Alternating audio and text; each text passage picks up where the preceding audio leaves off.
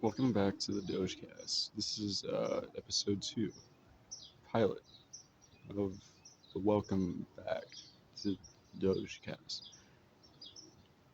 I want you to imagine this. You're in a bar,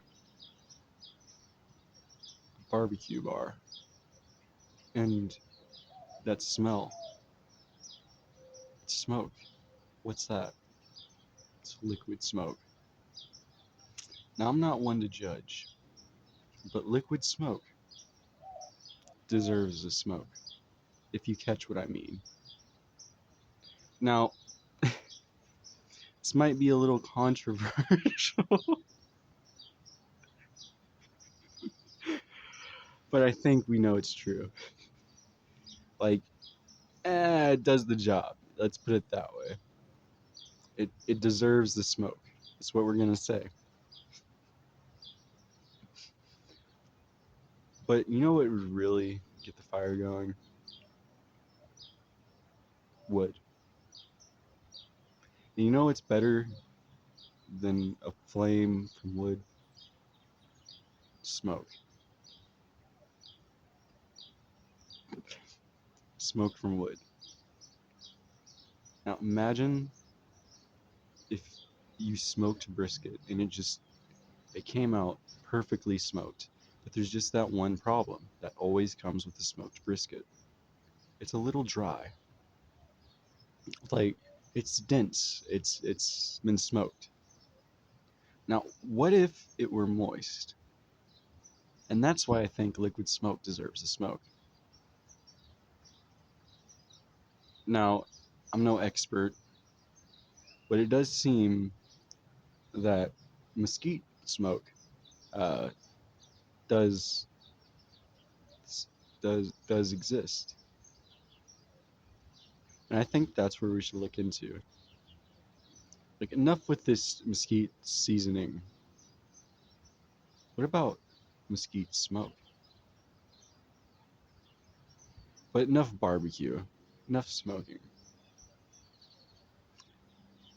enough smoking things that aren't like like weed, like, not enough barbecue, smoking, smokers smoke, enough smokers smoke, enough enough with the barbecue smoke. That's it. Enough barbecue smoking.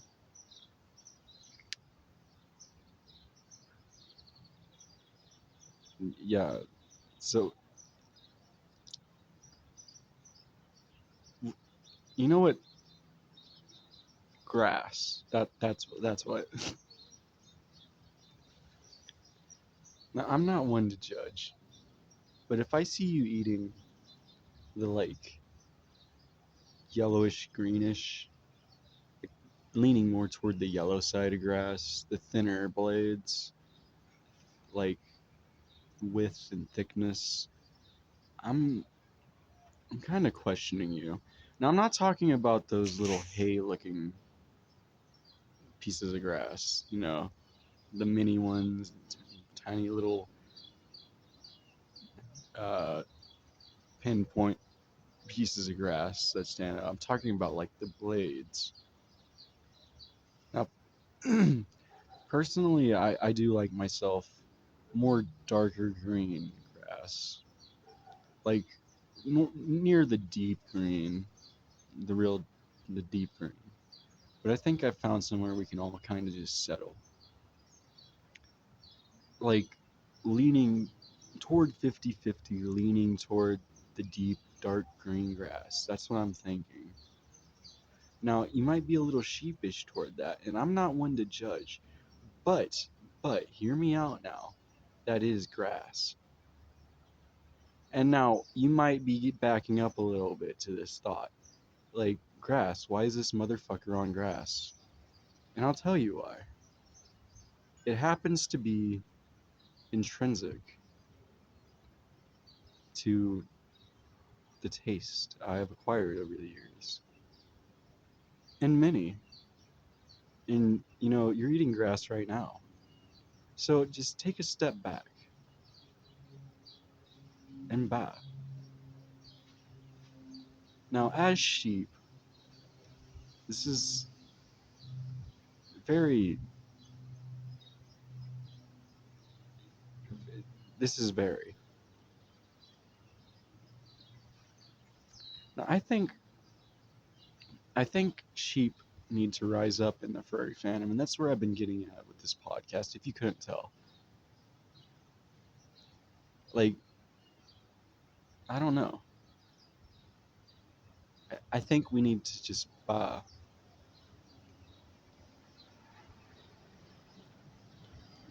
like, in general, and that turns me around to the goat without horns. That is actually a sheep.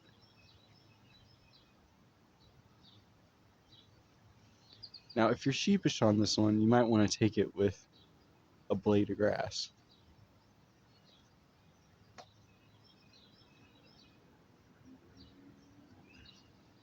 But I think we do need to acknowledge the how do I put this? The cotton amongst the wool. The the inferior. I mean the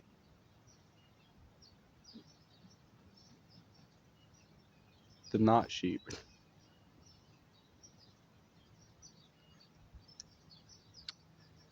And I think this is why interviews are important in the furry fandom. That's it. Thanks for listening to the dogecast.